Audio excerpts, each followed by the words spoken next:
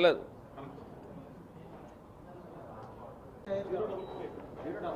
బాబు ఇంకో చేయరాడు.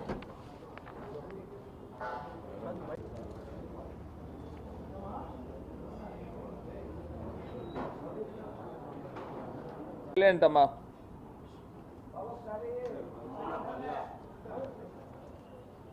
ఏంటి ఉండండి. రాజమహేంద్రవరంలో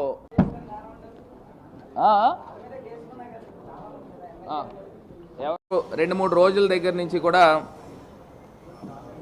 రాజకీయంగా ఈ పొత్తుల అంశాలు తెలుగుదేశం పార్టీ కానీ జనసేన పార్టీ కానీ మరి బీజేపీ వాళ్ళతో వస్తారో లేదో మరి వాళ్ళకే తెలియదు. ఎందుకంటే చంద్రబాబు నాయుడు గారు 3 ముక్కలు ఆట ఆడుతూ ఉన్నాడు. పేకాట్లో ఉంటుంది కదా 3 ముక్కలు, ఆయనకి వెన్నతో పెట్టిన విద్య. పేకాట్లో 3 ముక్కలు ఆట ఆడుతూ మరి పాపం పవన్ కళ్యాణ్ గారిని జోకర్గా వాడుతూ ఉన్నాడు. నాకు నిజంగా బాధ అనిపిస్తూ ఉంది. అరే సినిమాల్లో ఫిలిమ్స్లో ఇంత పేరు ప్రతిష్టలు తెచ్చుకుని సాక్షాత్తు చిరంజీవి గారి తమ్ముడు మరి ఆయన్ని ఎందుకు అట్లాగా ఈ చంద్రబాబు నాయుడు గారు వాడుతున్నారు? ఆయన గ్రహించలేకపోతున్నారా ఏంటో నాకు అర్థం కావట్లా. ఇవాళ చంద్రబాబు నాయుడు గారిని కానీ లేకపోతే లోకేష్ని కానీ వాళ్ళిద్దరినీ ముఖ్యమంత్రిని చేయడానికి ఈయన పార్టీ పెట్టినట్టు అనిపిస్తూ ఉంది. అసలు ఎందుచేతనో అర్థం కావట్లా. ఇప్పుడు ఒక పక్కన బీజేపీ నేషనల్ పార్టీ ఉందండి. ఆ బీజేపీ అధికార ప్రతినిధులు ఏం చెప్తున్నారు అని అంటే, మాకు 1% ఓట్ షేర్ లేకపోయినా పర్వాలేదు, మా ఆస్పిరేషన్ మా పట్టుదల మేము బీజేపీ ప్రభుత్వం ఏర్పాటు చేస్తాము, బీజేపీ ముఖ్యమంత్రి అవుతాడు అని వాళ్ళు పట్టుదలతో చెప్తా ఉన్నారు.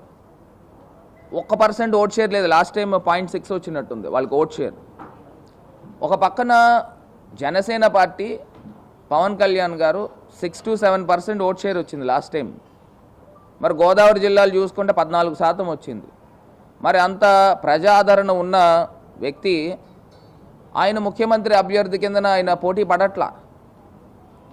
ఆయన చంద్రబాబు నాయుడు గారికి పల్లకీ మోద్దామనే కార్యక్రమం చేస్తూ ఉన్నారు. ఒకటి మరి నాకు బాధాకరం, మరి జనసేన కార్యకర్తలు లేకపోతే వాళ్ళ వీర మహిళలు లేకపోతే వారి అభిమానులు కూడా ఒకసారి ఆలోచన చేయాలి. ఇప్పుడు మీరు కోరుకోవట్లేదండి మీ పవన్ కళ్యాణ్ గారు ముఖ్యమంత్రి అభ్యర్థి అయితే ఎంత ప్రజల్లో మీకు కానీ పవన్ కళ్యాణ్ గారిని అభిమానించే వాళ్ళు కానీ వాళ్ళకి ఎంత ధైర్యం ఉంటుంది? మరి వాళ్ళు కోరుకోవట్లేదు. ఒకసారి ఆలోచన చేయాలి. సరే వీరిని పక్కన పెడితే ఆంధ్ర రాష్ట్ర ప్రజలు కూడా ఆలోచన చేయాలి. అసలు జనసేన పార్టీకి కానీ తెలుగుదేశం పార్టీకి కానీ ఎందుకు ఓట్లు వేయాలి అని అడుగుతా ఉన్నా. వారు ఏం చేశారని ఓట్లు వేయాలి అని అడుగుతా ఉన్నా. నేను ఒకటే చెప్పాను కదన్నా, ఇప్పుడు ఇందాక ఏం చెప్పినాము, పవన్ కళ్యాణ్ గారు పార్టీ పెట్టి 10 సంవత్సరాలు అయిపోతుంది కదా, 14లో పెట్టారు, దానికి ముందరే ఇప్పుడు కొన్ని పెట్టారు.